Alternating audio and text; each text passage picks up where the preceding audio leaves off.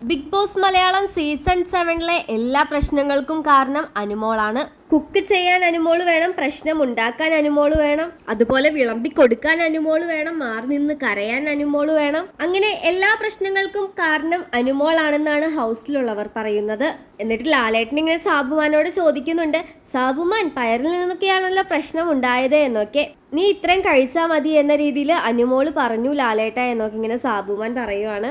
സാബുമാന്റെ stand അറിയാലോ, സാബുമാൻ ഇങ്ങനെ ആര് പറഞ്ഞാലും വിശ്വസിക്കുന്ന രീതിയിലാണ് സാബുമാന്റെ പോക്ക്. ഒരു മികച്ച പുരുഷനാവാനുള്ള തയ്യാറെടുപ്പും ട്രെയിനിങ് ഒക്കെ കഴിഞ്ഞ ദിവസം ഷാനവാസ് സാബുമാന് കൊടുത്തിട്ടുണ്ടായിരുന്നു. അതിന്റെ ഫലമായിട്ടാണ് കഴിഞ്ഞ ദിവസം അനുമോള് ജയിൽ നോമിനേഷന്റെ കാര്യമൊക്കെ പറഞ്ഞപ്പോൾ സാബുമാൻ വലിയ രീതിയിൽ ഷൗട്ട് ചെയ്യണതൊക്കെ നമുക്ക് കാണാൻ സാധിച്ചത്. എന്നിട്ട് അനുമോളാണെങ്കിൽ പറയേണ്ട, ഇല്ല ലാലേട്ട ഞാൻ അങ്ങനെയൊന്നും പറഞ്ഞില്ല എന്ന രീതിയിൽ ഇങ്ങനെ പറയുന്നുണ്ട്. അപ്പൊ പ്രശ്നം എന്താന്ന് വെച്ചാൽ പണിയെടുക്കാൻ മുഴുവൻ അനുമോള് മാത്രമാണുള്ളത്. അപ്പൊ ബാക്കിയുള്ള ആൾക്കാരൊക്കെ എക്സ്പെഷ്യലി ആദിലേനെയൊക്കെ വന്ന് വിളിക്കണം, എങ്കിൽ മാത്രമാണ് വരുള്ളൂ. പിന്നെ ഫുഡ് ഉണ്ടാക്കിയിട്ട് കുറച്ചു പേർക്ക് മാത്രമേ, രണ്ടാമത് വരുന്നവർക്ക് മാത്രമേ കൊടുക്കുള്ളൂ എന്നുള്ളത് വേറൊരു നിലപാടാണ്. അത് അനുമോളുടെ ഭാഗത്തു നിന്നുണ്ടായ ഒരു മണ്ടത്തരം തന്നെയാണ്. ഇപ്പൊ ഇതിനെല്ലാം പ്രതിനിധിയായിട്ട് നമ്മുടെ നിവിൻ എത്തിയിരിക്കുകയാണ്. ഇവച്ചകൾ എന്തിനാണ് ഇങ്ങനെ കിടന്ന് അടിയുണ്ടാക്കുന്നത്? ഞാനൊരു പരിഹാരം പറയാം. ഇനി ഇവിടെ ഫുഡ് വേണ്ട, ബിഗ് ബോസ് കറക്റ്റ് സമയത്ത് ഞങ്ങൾക്ക് ഫുഡ് എത്തിച്ച് തന്നാൽ മതി എന്ന രീതിയിലാണ് നിവിൻ പറയണത്. നിവിനാണെങ്കിൽ മുട്ടൻ കോമഡിയാണ്. എന്നിട്ട് ലാലേട്ടൻ പറയേണ്ടത്, നിങ്ങൾ ആ മെനു ഒന്ന് എനിക്ക് തരുമോ, അങ്ങനെയാണെങ്കിൽ ഞാൻ കറക്റ്റ് സമയത്ത് ഫുഡ് എത്തിച്ച് തരാം എന്നൊക്കെ ഇങ്ങനെ ലാലേട്ടൻ പറയുവാണ്. ഇനി മുതൽ അങ്ങോട്ട് നമുക്ക് ഗെയിമും അങ്ങനെ എല്ലാം നമുക്ക് വേണ്ടെന്ന് വെച്ചാലോ അപ്പൊ പിന്നെ അടിയൊന്നും ഉണ്ടാകില്ലല്ലോ എന്ന രീതിയിലാണ് നമ്മുടെ ലാലേട്ടൻ പറയണത്. പിന്നെ എന്തായാലും മൊത്തത്തിലൊരു ഫൺ എപ്പിസോഡ് തന്നെയായിരുന്നു. എന്താകുമെന്ന് നമുക്ക് കാത്തിരുന്ന് തന്നെ കാണാം.